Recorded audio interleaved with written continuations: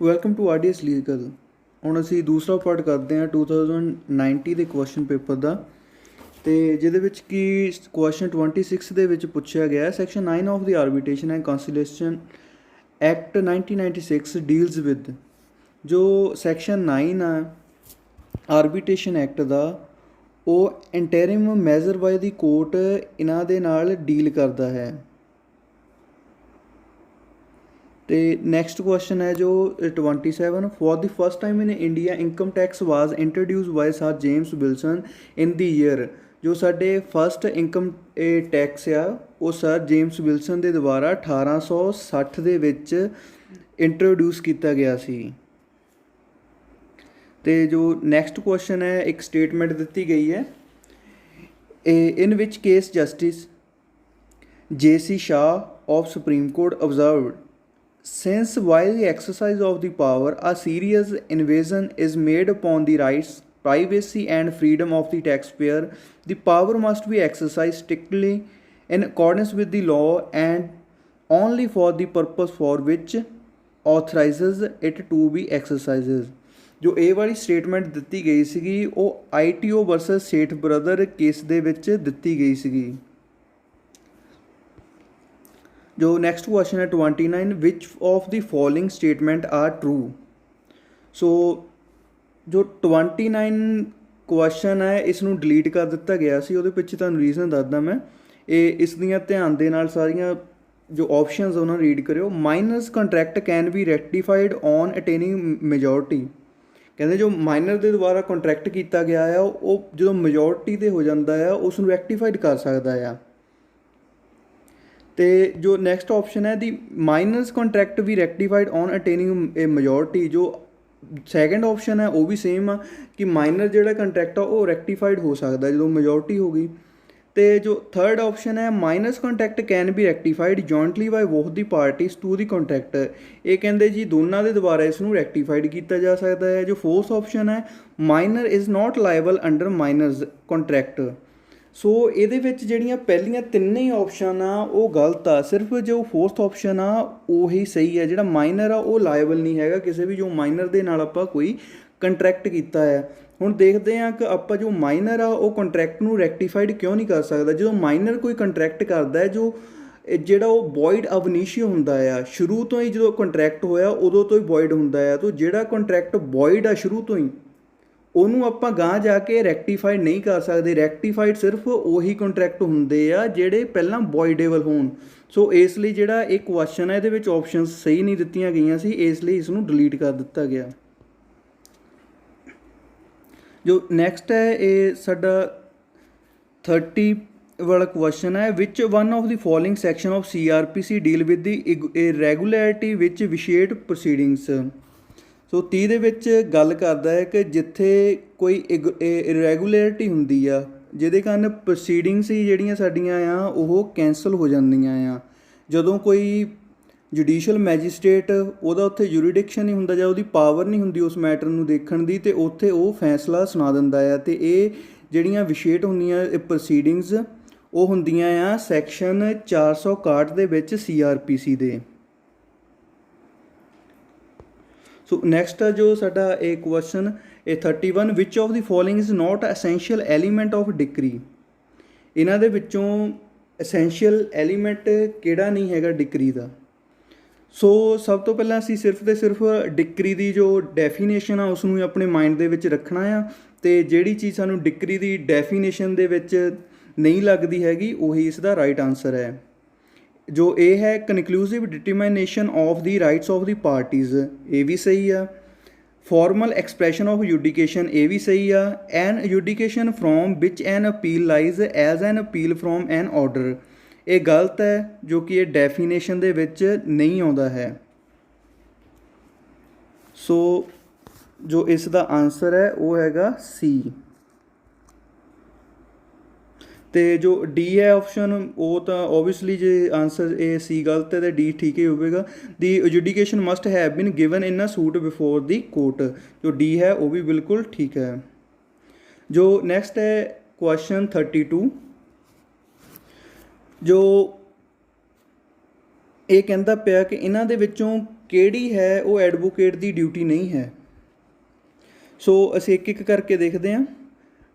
ਇਹ ਜੋ ਇਹ ਆਪਸ਼ਨ ਹੈ, to not commit breach of section 126 of evidence act.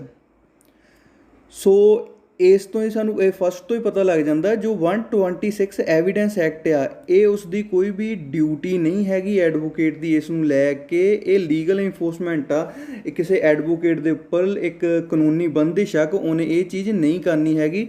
But ਉਸ ਦੀਆਂ ਜੋ ਪ੍ਰੋਵਾਈਜ਼ਰ ਦਿੱਤੀਆਂ ਉਸ ਅਕੋਰਡਿੰਗ ਉਹ ਜੋ ਪ੍ਰਿਵਿਲੇਜ ਕਮਿਊਨੀਕੇਸ਼ਨ ਆ ਉਹਨਾਂ ਨੂੰ ਸਾਂਝਾ ਵੀ ਕਰ ਸਕਦਾ ਹੈ। ਅਤੇ ਜਿਸ ਤਰ੍ਹਾਂ ਕਿ ਹੁਣ ਨੈਕਸਟ ਆਪਾਂ ਆਪਸ਼ਨ ਦੇਖਦੇ ਹਾਂ, not to appear on behalf of any organisation of whose executive committee he is a member. ਇਹ ਵੀ ਬਿਲਕੁਲ ਸਹੀ ਹੈ, ਉਸ ਦੀ ਡਿਊਟੀ ਹੈ ਜਿੱਥੇ ਉਹ ਐਗਜ਼ੀਕਿਊਟਿਵ ਮੈਂਬਰ ਆ ਉਸ ਔਰਗੇਨਾਈਜੇਸ਼ਨ ਨੂੰ ਉਹ ਰਿਪਰੈਜ਼ੈਂਟ ਨਹੀਂ ਕਰ ਸਕਦਾ। ਅਤੇ ਸੀ ਹੈ ਜੋ to not appear before a court tribunal or authority in which is near relations is a member. ਜਿੱਥੇ ਉਹਦੇ ਨੀਅਰ ਰਿਲੇਸ਼ਨ ਆ, ਕੋਈ ਮੈਂਬਰ ਆ ਉਸ ਅਥਾਰਟੀ ਦੇ ਵਿੱਚ, ਟ੍ਰਿਬਿਊਨਲ ਦੇ ਵਿੱਚ, ਉੱਥੇ ਉਹਨੂੰ ਨਹੀਂ ਅਪੀਅਰ ਹੋਣਾ ਚਾਹੀਦਾ, ਇਹ ਵੀ ਉਸ ਦੀ ਡਿਊਟੀ ਆ। ਅਤੇ ਉਹ ਜਿਹੜਾ ਆਪਣਾ ਕੰਡਕਟ ਆ ਅਤੇ ਡਿਗਨਿਟੀ ਆ, ਸੈਲਫ ਰਿਸਪੈਕਟ ਆ during presentation of case before a court and otherwise acting before a court, ਇਹ ਵੀ ਬਿਲਕੁਲ ਸਹੀ ਆ। ਉਸਨੂੰ ਆਪਣੀ ਸੈਲਫ ਰਿਸਪੈਕਟ ਅਤੇ ਡਿਗਨਿਟੀ ਨੂੰ ਬਣਾ ਕੇ ਰੱਖਣਾ ਚਾਹੀਦਾ ਆ ਜਦੋਂ ਉਹ ਪ੍ਰੈਜੈਂਟ ਕਰਦਾ ਆ ਕੋਈ ਵੀ ਕੇਸ। ਸੋ ਜੋ ਇਸ ਦਾ ਆਨਸਰ ਹੈ,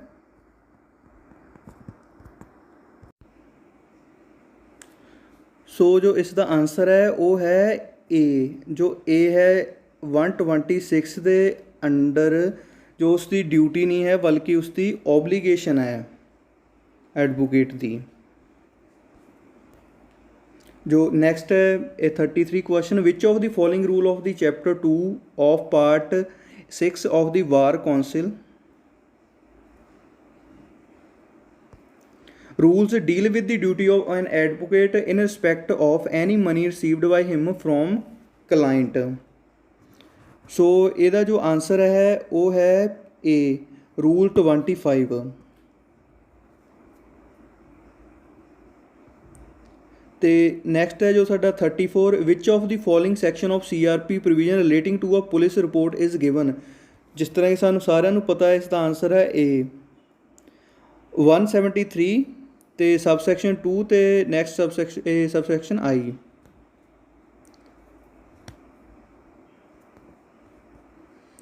ਸਾਡਾ ਨੈਕਸਟ 35 ਹੈ, which one of the following provision of CRPC deal with anticipatory ਬੇਲ।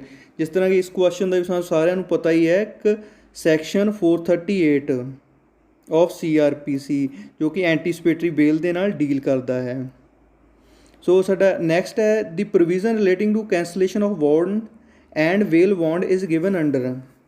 ਜੋ ਵੇਲ ਬੌਂਡ ਆ ਅਤੇ ਇਹਦੀ ਕੈਂਸਲੇਸ਼ਨ ਨੂੰ ਲੈ ਕੇ ਸਾਡੀਆਂ ਇਹ ਕਿਹੜੇ ਸੈਕਸ਼ਨ ਦੇ ਅੰਡਰ ਪ੍ਰੋਵੀਜ਼ਨਸ ਇਹ ਦਿੱਤੀਆਂ ਗਈਆਂ ਆ। ਜੋ ਸਾਡੀਆਂ ਇਸ ਨੂੰ ਲੈ ਕੇ ਪ੍ਰੋਵੀਜ਼ਨ ਆ ਉਹ 446A ਦੇ ਵਿੱਚ ਦਿੱਤੀਆਂ ਗਈਆਂ ਆ। ਅਤੇ ਜੋ ਨੈਕਸਟ ਹੈ ਸਾਡਾ 37 question, the provision relating to dowry is given under. As we know ਇਸ ਦਾ ਆਨਸਰ ਹੈ A, section 304B of the IPC। ਅਤੇ ਸਾਡਾ ਨੈਕਸਟ ਕੁਐਸਚਨ ਹੈ ਜੋ 38, which of the following section is designed to curb infanticide. ਜੋ ਸਭ ਤੋਂ ਪਹਿਲਾਂ ਇਨਫੈਂਟੀਸਾਈਡ ਹੁੰਦਾ ਹੈ ਜਦੋਂ ਵੀ ਕੋਈ ਬੱਚਾ ਜਨਮਦਾ ਹੈ ਉਸ ਦੀ ਜਨਮਦੇ ਦੀ ਉਸ ਨੂੰ ਮਾਰ ਦੇਣਾ, ਉਸ ਨੂੰ ਇਨਫੈਂਟੀਸਾਈਡ ਕਹਿੰਦੇ ਆ। ਸੋ ਇਸ ਦੇ ਨਾਲ ਸੋ ਸਾਡਾ ਸੈਕਸ਼ਨ ਡੀਲ ਕਰਦਾ ਹੈ ਉਹ 315 ਹੈ IPC ਦਾ, ਜੋ ਕਿ ਕਹਿੰਦਾ ਹੈ ਕਿ ਕਿਸੇ ਵੀ ਬੱਚੇ ਨੂੰ ਇਹ ਕੁਛ ਅਜਿਹਾ ਕਰਨਾ ਕਿ ਜਾਂ ਤਾਂ ਉਸਨੂੰ ਜੰਮਦੇ ਨੂੰ ਹੀ ਮਾਰ ਦੇਣਾ ਜਾਂ ਕੁਛ ਅਜਿਹਾ ਕਰਨਾ ਕਿ ਉਹ ਮਰਿਆ ਹੀ ਜਨਮ ਲਵੇ, ਤਾਂ ਉਹ ਜਿਹੜਾ ਇਹ ਸਾਡਾ ਕ੍ਰਾਈਮ ਹੈ ਉਹ 315 ਦੇ ਵਿੱਚ ਆਉਂਦਾ ਹੈ। ਅਤੇ ਨੈਕਸਟ ਹੈ ਸਾਡਾ ਜੋ question 39, which order has been specially enacted to protect the interest of minor and unsound mind. ਜਿਸ ਤਰ੍ਹਾਂ ਕਿ ਇਸ ਦਾ ਵੀ ਸਾਨੂੰ ਸਾਰਿਆਂ ਨੂੰ ਪਤਾ ਹੈ ਜੋ ਇਸ ਚੀਜ਼ ਦੇ ਨਾਲ ਸਾਡਾ ਆਰਡਰ ਉਹ ਡੀਲ ਕਰਦਾ ਹੈ ਉਹ ਹੈ ਸਾਡਾ ਆਰਡਰ 32। ਨੈਕਸਟ ਸਾਡਾ 40 question, which order of the CPC laid on general rules governing pleading in a court. ਇਹ ਵੀ ਜੋ ਆਰਡਰ 6 ਹੈ ਉਹ ਸਾਡਾ ਪਲੀਡਿੰਗਸ ਦੇ ਨਾਲ ਡੀਲ ਕਰਦਾ ਹੈ। ਜੋ ਸਾਡਾ ਸੈਕਸ਼ਨ 41 ਹੈ ਇਸ ਨੂੰ ਇਹ ਡਿਲੀਟ ਕਰ ਦਿੱਤਾ ਗਿਆ ਸੀਗਾ ਅਤੇ ਆਪਾਂ ਜਾਣਦੇ ਕਿਉਂ ਡਿਲੀਟ ਕੀਤਾ। ਇਹ ਜੋ ਫਸਟ ਆਪਸ਼ਨ ਇਹ ਨਹੀਂ ਪੁੱਛਿਆ question, second appeal under section 100 is applicable, section 100 ਦੇ ਅੰਡਰ ਜੋ ਸੈਕੰਡ ਅਪੀਲ ਹੈ ਕਦੋਂ ਐਪਲੀਕੇਬਲ ਹੋਵੇਗੀ। ਫਸਟ ਜੋ ਆਪਸ਼ਨ ਹੈ substantial question of law as formulated by the high court, ਤੇ ਜੋ ਬੀ ਆਪਸ਼ਨ ਹੈ substantial question of law as not formulated by the high court. ਜੋ ਥਰਡ ਹੈ an appellate decree passed ex parte.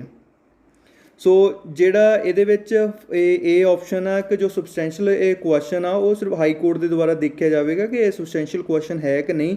ਸੋ ਇਹ ਵੀ ਠੀਕ ਹੈ, ਜੋ ਸੈਕੰਡ ਉਹ ਗਲਤ ਹੈ, ਅਤੇ ਜੋ ਸੀ ਹੈ an ਐਪਲੈਂਟ degree past X parte, ਸੋ ਸੀ ਹੈ ਉਹ ਵੀ ਠੀਕ ਹੈ। ਇਸ ਦੇ ਵਿੱਚ ਏ ਅਤੇ ਸੀ ਆਪਸ਼ਨ ਠੀਕ ਹੁੰਦੀਆਂ ਪਈਆਂ ਸੀ, ਇਸ ਦੇ ਲਈ ਇਸ ਕੁਐਸਚਨ ਨੂੰ ਡਿਲੀਟ ਕਰਨਾ ਪਿਆ। ਸੋ ਨੈਕਸਟ ਹੈ question which of the following is an infringement of registered trademark. ਇਹਨਾਂ ਦੇ ਵਿੱਚੋਂ ਕਿਹੜੀ ਚੀਜ਼ ਹੈ ਜੋ ਰਜਿਸਟਰਡ ਟ੍ਰੇਡਮਾਰਕ ਦੀ ਇਨਫਰਿੰਜਮੈਂਟ ਹੈ। Use of a mark identical to the trademark in relation to a goods without authorisation. ਕੋਈ ਆਪਾਂ ਆਈਡੈਂਟੀਕਲ ਮਾਰਕ ਯੂਜ਼ ਕਰਦੇ ਪਏ ਹਾਂ ਜਿਹਦੀ ਸਾਨੂੰ ਅਥੋਰਟੀ ਨਹੀਂ ਹੈਗੀ ਯੂਜ਼ ਕਰਨ ਦੀ ਕਿਸੇ ਹੋਰ ਟ੍ਰੇਡਮਾਰਕ ਦੇ ਨਾਲ, ਜਿੱਦਾਂ ਕੋਈ ਮਿਲਦਾ ਜੁਲਦਾ ਮਾਰਕ ਹੁੰਦਾ ਹੈ, ਇਹ ਵੀ ਪਰਮਿਸਿਬਲ ਨਹੀਂ ਹੈਗਾ। ਅਤੇ ਬੀ ਆਪਸ਼ਨ ਹੈ advertising of the trademark such that the advertisement is against the reputation of the trademark. ਸੋ ਅਸੀਂ ਕੁਛ ਇੱਦਾਂ ਦੀ ਐਡਵਰਟਾਈਜ਼ਮੈਂਟ ਕਰਨੀ ਜਿਸ ਦੇ ਨਾਲ ਰੈਪੂਟੇਸ਼ਨ 'ਤੇ ਕੋਈ ਫਰਕ ਪਵੇ ਕਿਸੇ ਹੋਰ ਟ੍ਰੇਡਮਾਰਕ ਦੇ, ਇਹ ਵੀ ਅਨਫੇਅਰ ਚੀਜ਼ ਹੈ, ਇਸ ਤਰ੍ਹਾਂ ਵੀ ਅਸੀਂ ਨਹੀਂ ਕਰ ਸਕਦੇ। ਸੀ ਹੈ use of that trademark as a business name without authorisation. ਅਸੀਂ ਕੋਈ ਇਹ ਟ੍ਰੇਡਮਾਰਕ ਚੱਕ ਕੇ ਆਪਣਾ ਯੂਜ਼ ਕਰਨਾ ਇਹ ਸ਼ੁਰੂ ਕਰ ਦਿੱਤਾ ਕਿਸੇ ਬਿਜ਼ਨਸ ਨੇਮ ਦਾ, ਸਾਨੂੰ ਉਹਦੀ ਜਿਹਦੀ ਆਥੋਰਾਈਜੇਸ਼ਨ ਨਹੀਂ ਹੈ, ਇਹ ਵੀ ਬਿਲਕੁਲ ਗਲਤ ਹੈ। ਸੋ ਇਸ ਦਾ ਜੋ ਆਨਸਰ ਹੈ ਉਹ ਹੈ ਡੀ ਆਲ ਦੀ ਅਬਵ। ਅਤੇ ਨੈਕਸਟ ਹੈ ਸਾਡਾ ਇਹ question 43 a person undergoing life imprisonment if attempts to commit murder and hurt is caused thereby he may be punished with. A ਹੈ ਸਾਡਾ ਲਾਈਫ ਇੰਪ੍ਰਿਜ਼ਨਮੈਂਟ, ਬੀ ਹੈ death, C ਹੈ imprisonment, D ਹੈ ਆਲ the above. ਸੋ ਜੋ ਇਹ ਵਾਲਾ question ਹੈ ਸਾਡਾ ਸੈਕਸ਼ਨ 303 IPC ਦੇ ਨਾਲ ਡੀਲ ਕਰਦਾ, ਜਿਸ ਦੇ ਵਿੱਚ ਪਹਿਲਾਂ ਕਿਹਾ ਜਾਂਦਾ ਸੀਗਾ ਕਿ ਜੇ ਕੋਈ ਲਾਈਫ ਕਨਵਿਕਟ ਹੈ ਉਹ ਉੱਥੇ ਕਿਸੇ ਦਾ ਮਰਡਰ ਕਰਨ ਦੀ ਕੋਸ਼ਿਸ਼ ਕਰਦਾ ਫਿਰ ਤਾਂ ਉਸ ਨੂੰ ਨੈਕਸਟ ਟਾਈਮ ਹੈ ਜੋ ਡੈਥ ਸੈਂਟੈਂਸ ਹੀ ਦਿੱਤੀ ਜਾਵੇਗੀ। ਪਰ ਮਿੱਠੂ ਵਰਸਸ ਸਟੇਟ ਆਫ ਪੰਜਾਬ ਦੇ ਵਿੱਚ ਇਸ ਨੂੰ ਅਨਕੋਂਸਟੀਟਿਊਸ਼ਨਲ ਡਿਕਲੇਅਰ ਕਰ ਦਿੱਤਾ ਗਿਆ ਸੀ। ਹੁਣ ਉਸ ਤਰ੍ਹਾਂ ਹੀ ਜਿਸ ਤਰ੍ਹਾਂ ਇੱਕ ਆਮ ਕੋਈ ਪਰਸਨ ਹੈ ਉਹ ਗੁਨਾਹ ਕਰਦਾ, ਉਸ 'ਤੇ ਟਰਾਇਲ ਚੱਲਦਾ, ਉਸ 'ਤੇ ਵੀ ਉੱਦਾਂ ਹੀ ਟਰਾਇਲ ਚੱਲੇਗਾ ਅਤੇ ਕੋਰਟ ਦੇਖ ਕੇ ਉਸ ਨੂੰ ਜਿਸ ਤਰ੍ਹਾਂ ਦਾ ਉਸਨੇ ਗੁਨਾਹ ਕੀਤਾ ਆਪਣੇ ਅਕੋਰਡਿੰਗ ਲਾਈਫ ਇੰਪ੍ਰਿਜ਼ਨਮੈਂਟ, ਡੈਥ ਜਾਂ ਇੰਪ੍ਰਿਜ਼ਨਮੈਂਟ ਇਹਨਾਂ 'ਚੋਂ ਕੁਛ ਵੀ ਦੇ ਸਕਦੀ। ਸੋ ਇਸ ਦਾ ਆਨਸਰ ਆਏਗਾ all the above, D answer ਹੈ ਇਸ ਦਾ। ਜੋ ਆਪਣਾ ਸੈਕਸ਼ਨ 44 ਹੈ question residuary power in India may be exercised by. So ਜਿਹੜੀਆਂ ਰੈਜ਼ੂਟਰੀ ਪਾਵਰ ਹੁੰਦੀਆਂ ਬਚੀਆਂ ਖੁਚੀਆਂ ਪਾਵਰ, ਸੋ ਕੌਨਸਟੀਟਿਊਸ਼ਨ ਕਹਿੰਦਾ ਕਿ ਜਿਹੜੀਆਂ ਵੀ ਬਚੀਆਂ ਖੁਚੀਆਂ ਪਾਵਰ ਆ ਉਹ ਸਿਰਫ ਅਤੇ ਸਿਰਫ ਸੈਂਟਰ ਦੇ ਦੁਆਰਾ ਯੂਜ਼ ਕੀਤੀਆਂ ਜਾਣਗੀਆਂ, ਜਾਣੀ ਕਿ ਪਾਰਲੀਮੈਂਟ ਦੇ ਦੁਆਰਾ। ਸੋ ਇਸ ਦਾ ਜੋ ਸਹੀ ਆਨਸਰ ਹੈ ਉਹ ਇਹ ਹੀ ਹੈ। ਸੋ ਨੈਕਸਟ ਸਾਡਾ ਜੋ ਕੁਐਸਚਨ ਹੈ 45 the punishment to which offender are liable under the provision of IPC are. ਸਾਡੇ ਜੋ IPC ਦੇ ਵਿੱਚ ਇਹ ਕਿਹੜੀਆਂ ਪਨਿਸ਼ਮੈਂਟ ਆ, death and imprisonment for life ਇਹ ਵੀ ਸਹੀ ਆ, rigorous and imprisonment and simple imprisonment ਇਹ ਵੀ ਸਹੀ ਆ, forfeiture of property and fine ਇਹ ਵੀ ਸਹੀ ਆ। ਸੋ ਇਸ ਦਾ ਜੋ ਆਨਸਰ ਹੋਵੇਗਾ ਡੀ ਆਲ ਦੀ ਅਬਵ। ਸੋ ਜੋ 46 ਇਹ ਕੁਐਸਚਨ ਹੈ M Naghten rule from the basic of the law of. ਜੋ ਐਮ ਨੈਗੇਟਨ ਰੂਲ ਜਿਹੜਾ ਆ ਇਹ ਕਿਸ ਚੀਜ਼ ਦੇ ਨਾਲ ਡੀਲ ਕਰਦਾ ਹੈ, ਇਹ ਰੂਲ ਸਾਡਾ ਜੋ ਡੀਲ ਕਰਦਾ ਹੈ ਉਹ ਇਨਸੈਂਟੀ ਦੇ ਨਾਲ ਡੀਲ ਕਰਦਾ ਹੈ। ਜੋ ਸਾਡਾ ਨੈਕਸਟ ਕੁਐਸਚਨ 47 ਹੈ ਦੀ ਅਥੈਂਟੀਕੇਸ਼ਨ to be affected by the use of the symmetric crypto system and hash function is non as. ਇਸ ਨੂੰ ਅਸੀਂ ਸਾਈਬਰ ਲਾਅ ਦੇ ਵਿੱਚ ਐਜ਼ ਅ ਡਿਜੀਟਲ ਸਿਗਨੇਚਰ ਜਾਣਦੇ ਹਾਂ। ਜੋ 48 ਹੈ punishment for cyber terrorism under section 66F shall be punishable. ਜੋ ਅਸੀਂ ਸਾਈਬਰ ਟੈਰਰਿਜ਼ਮ ਫੈਲਾਉਂਦੇ ਹਾਂ ਉਸ ਦੀ ਸਾਡੀ ਜੋ ਪਨਿਸ਼ਮੈਂਟ ਹੈ ਉਹ ਹੈ ਸਾਡਾ ਇਸ ਦਾ ਜੋ ਰਾਈਟ ਆਨਸਰ ਹੈ ਸਾਡੀ ਇੰਪ੍ਰਿਜ਼ਨਮੈਂਟ ਇਸ ਲਈ ਦਿੱਤੀ ਜਾਂਦੀ ਹੈ, ਇੰਪ੍ਰਿਜ਼ਨਮੈਂਟ ਫॉर ਲਾਈਫ। ਸੋ ਇਸ ਦੇ ਲਈ ਸਾਡਾ ਜੋ ਰਾਈਟ ਆਨਸਰ ਹੈ ਉਹ ਹੋਵੇਗਾ ਸੀ। 49 ਹੈ ਜੋ section 2J of the industrial dispute act 1947 define industry mean ਐਨੀ।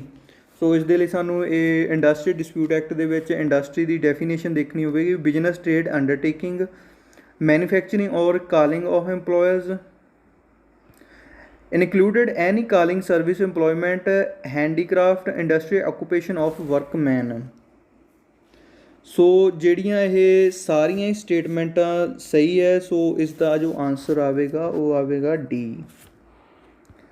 ਜੋ ਨੈਕਸਟ ਹੈ ਸਾਡਾ ਇਹ 50 ਕੁਐਸਚਨ, ਇਹ ਵਿਚ of the following provision of the Hindu marriage act 1950 ਇਨਕੋਰਪੋਰੇਟ the fault theory.